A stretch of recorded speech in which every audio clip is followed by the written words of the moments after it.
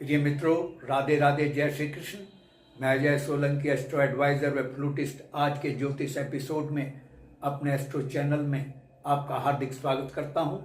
आज के ज्योतिष एपिसोड में मैं आपको बतलाने जा रहा हूं नववर्ष 2026 का फरवरी माह कन्या राशि के जातक जातिकाओं के लिए कैसा रहेगा। कन्या राशि के जातक जातिकाएं जो विवाह योग्य हैं, विवाह के लिए जीवन संगनी या जीवन साथी की तलाश कर रहे हैं, उनको विफलता मिल सकती है। उनके विवाह में बाधाएं व रुकावटें हैं। पारिवारिक सुख शांति में कमी आ सकती है। पति पत्नी में तालमेल बिगड़ सकता है। और जो जातक जातिकाएं बिजनेस में हैं, उनको उनके बिजनेस के ग्रोथ में रुकावटें हैं। बिजनेस के मुनाफे में कमी आ सकती है। वो फरवरी माह में बिजनेस एक्सपेंड ना करें, ऐसा उनकी गोचर कुंडली सजेस्ट कर रही है। बिजनेस पार्टनर से सावधान रहें, वह धोखा दे सकता है। इन बातों का कारण है सप्तम भाव, जो इन बातों का कारक भाव कहलाता है, जो मैं आपको बतलाई हैं। इनका तात्कालिक, इस भाव का तात्कालिक स्वामी यानी सप्तम भाव का तात्कालिक स्वामी ग्रह देवगुरु बृहस्पति देव केंद्राधिपति दोष से पीड़ित हैं। इसलिए इन अशुभताओं का सामना करना पड़ेगा। केंद्राधिपति दोष अशुभ दोष कहलाता है ज्योतिष विज्ञान में। इस दोष की हानि से बचने के लिए देवादि शिव शंभु भगवान की आराधना लाभकारी रहेगी। लेकिन जो जातक जातिकाएं लोहा, इस्पात, खनिज, अयस्क और हार्डवेयर के बिजनेस में, मशीनरी के बिजनेस में हैं, मैन्युफैक्चरिंग करते हैं, लोहा हार्डवेयर से संबंधित, इस्पात से संबंधित प्रोडक्ट्स का, पेट्रोलियम तेल, कच्चा तेल आदि इन बिजनेस से जुड़े हैं, इनका बिजनेस करते हैं, मैन्युफैक्चरिंग करते हैं, इनको लाभ मिल सकता है। इसका कारण है शनिदेव। इन बातों के कारक ग्रह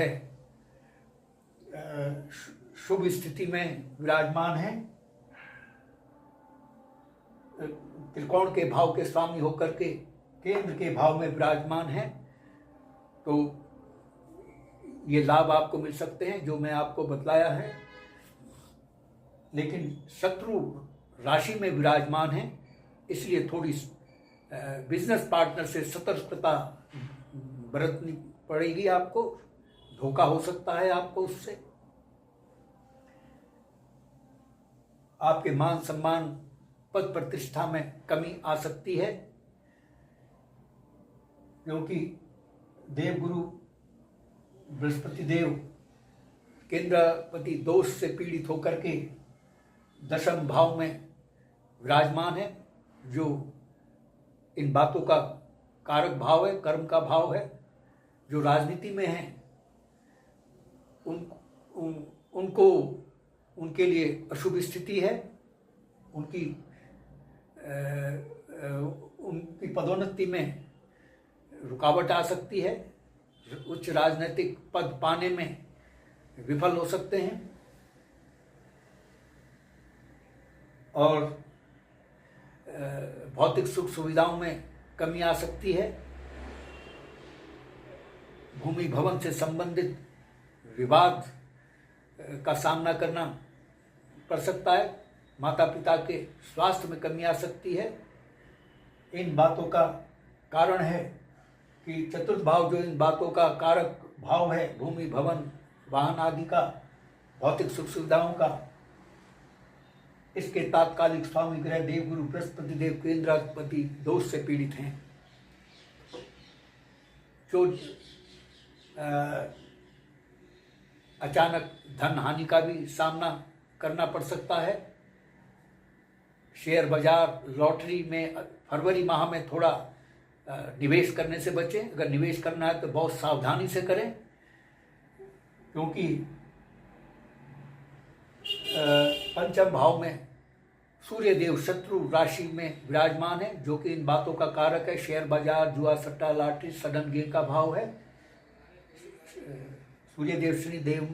सूर्यदेव शत्रु राशि मकर राशि में विराजमान है, इसलिए थोड़ा सतर्कता बरतें शेयर बाजार में और लॉटरी में निवेश करने से, फरवरी माह में विशेषकर।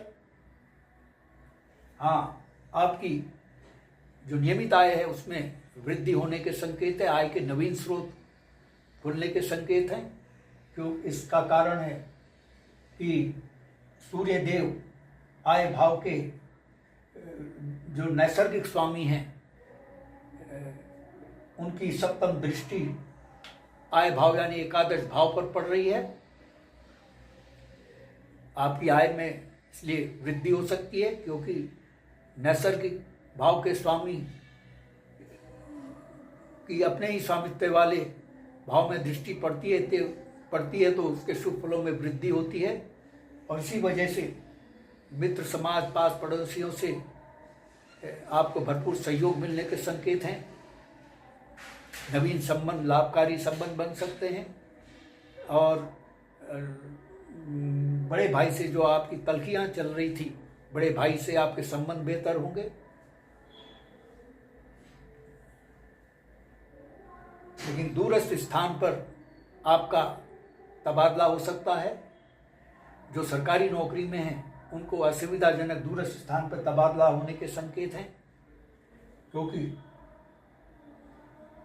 सूर्य देव अशुभ भाव के स्वामी होकर के यहाँ पर सिंह राशि है द्वादश भाव में, तो द्वादश भाव के स्वामी होकर के पंचम भाव में, शुभ भाव में विराजमान है।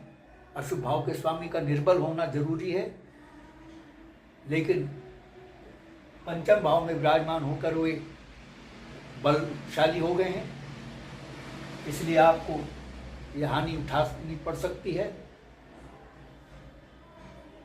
लेकिन आपका शत्रु आपके पराजित होंगे, मैं बतला चुका हूँ। और जो जातक जातिका असाध्य रोग से पीड़ित हैं, उनको असाध्य रोग से निजात मिल सकती है। इसका कारण है असाध्य रोगों का भाव जो अष्टम भाव है, उसके तात्कालिक स्वामी ग्रह मंगल देव सूर्य देव से अस्त अवस्था में है। अशुभ भाव का स्वामी अस्त हो जाए या कमजोर हो जाए तो यह स्थिति जातक जातिकाओं के लिए शुभ होती है, लेकिन दुर्घटना से सावधान रहने की आवश्यकता है। आपकी गोचर कुंडली संकेत दे रही है। मैं विस्तृत जानकारी नहीं दूंगा, क्योंकि समय वीडियो की लिमिटेशन होती है। आपको विरासत में धन संपत्ति की प्राप्ति हो सकती है। जो जातक जातिका रिसर्च इनोवेशन में लगे हैं, उनको सफलता मिल सकती है। खोज के कार्यों में लगे हुए, गूढ़ विद्या की प्राप्ति में लगे हुए, उनको सफलता मिल सकती है। आपकी बचत में कमी आ रही है। बचत में कमी इसलिए आ रही है कि अनावश्यक खर्चे फरवरी माह में बढ़ सकते हैं। खर्चों पर नियंत्रण रखें। और इसके साथ ही आपको व्यर्थ की भाग दौड़ फरवरी माह में करनी पड़ सकती है। मेहनत अधिक करनी पड़ सकती है, और मेहनत अधिक फल कम। भाग्य से आप बिल्कुल उम्मीद ना रखें, क्योंकि भाग्य भाव के स्वामी शुक्रदेव जो हैं सूर्य देव से अस्त हैं। तीन ग्रह आपकी गोचर कुंडली में, कन्या राशि के जातक जातिकाओं की गोचर कुंडली में अस्त हैं। बुधदेव, शुक्रदेव और मंगलदेव। मंगलदेव के अस्त होने से आपके साहस पराक्रम में कमी आ सकती है, आत्मविश्वास में कमी आ सकती है। और शुक्रदेव के अस्त होने से जो कि विवाह के कारक ग्रह माने गए हैं, देवगुरु बृहस्पति के साथ ही जो विवाह के कारक ग्रह माने गए हैं, शुक्रदेव भी अस्त हैं। इसलिए मैं आपको बतला चुका हूँ, विवाह में भी बाधाएं हैं। और बिजनेस में भी हानि के संकेतें बतला चुका हूँ, क्योंकि बुध देव जो कि व्यापारियों के संरक्षक ग्रह हैं, ये भी सूर्य देव से अस्त अवस्था में हैं। वाणी पर आप नियंत्रण रखें, क्योंकि वाणी के तात्कालिक कारक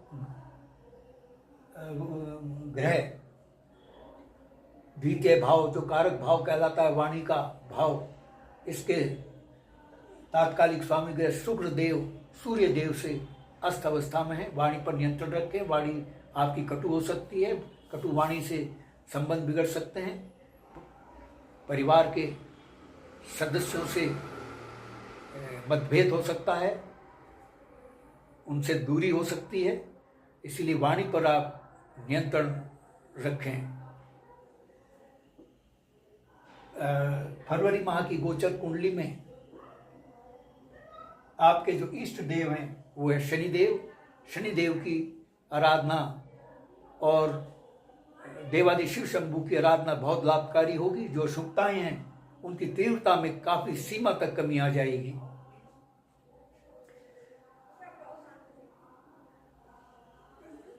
तो अशुभता से निजात पाने के लिए, उसमें कमी लाने के लिए आपको चाहिए देवादि शिव शंभू और शनिदेव की आराधना करें। एक लोटा जल, हो सके तो गंगा जल देवादि शिव शंभू भगवान को चढ़ाएं, और शनि चालीसा का पाठ बहुत लाभकारी होगा। नीला रंग आपके लिए फरवरी माह में बहुत शुभ रहेगा। मित्रों, यदि आपको मेरा यह एपिसोड पसंद आया है, I request you to please subscribe my channel. मैं आपके संज्ञान में यह भी लाना चाहूँगा, हालांकि देश और समाज के लिए मेरी एस्ट्रो सेवा निःशुल्क है, लेकिन व्यक्तिगत परामर्श निःशुल्क नहीं है। इस कार्य में गहन अध्ययन, गहन एस्ट्रोलॉजिकल कैलकुलेशन, परिश्रम और समय की आवश्यकता होती है। मैंने जो शुल्क रखा है मेरा जो शुल्क है बहुत ही अफोर्डेबल और कंफर्टेबल, रीजनेबल है। यदि आपके मन में कोई प्रश्न या क्वेरी है तो आप कमेंट बॉक्स में कमेंट कर सकते हैं। यदि आप अपनी लग्न पत्रिका या जन्म कुंडली की एनालिसिस कराना चाहते हैं तो आप अपने प्रश्नों के साथ अपनी बिल्कुल सही जन्म तिथि, जन्म समय, जन्म स्थान मेरे व्हाट्सएप नंबर 9411769698 पर भेज सकते हैं। मैं आपके प्रश्नों का तुरंत उत्तर दूंगा। बस आज इतना ही मित्रों, धन्यवाद। राधे राधे, जय श्री कृष्ण।